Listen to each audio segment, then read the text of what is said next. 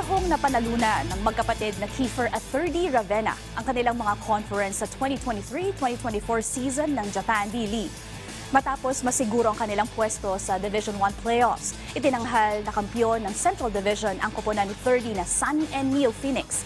Yan ay kasunod ng kanilang panalo kontra Toyama Grouses sa score na 96-62 nitong Miyerkules. Sa nasabing laro, pumukol si Thirdy ng 13 points na may kasama pang 2 rebounds at 2 steals.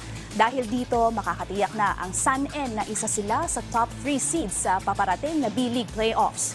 Samantala sa Division 2 naman, pinagharian ng koponan ni Kiefer na Shiga Lakes ang Western Conference. Sa kanilang laro noong Sabado kontra Rising Sapphire Fukuoka, 13 points din ang pinakawala ng nakatatandang Ravenna na sinamahan pa niya ng 2 rebounds, 4 assists at 3 steals.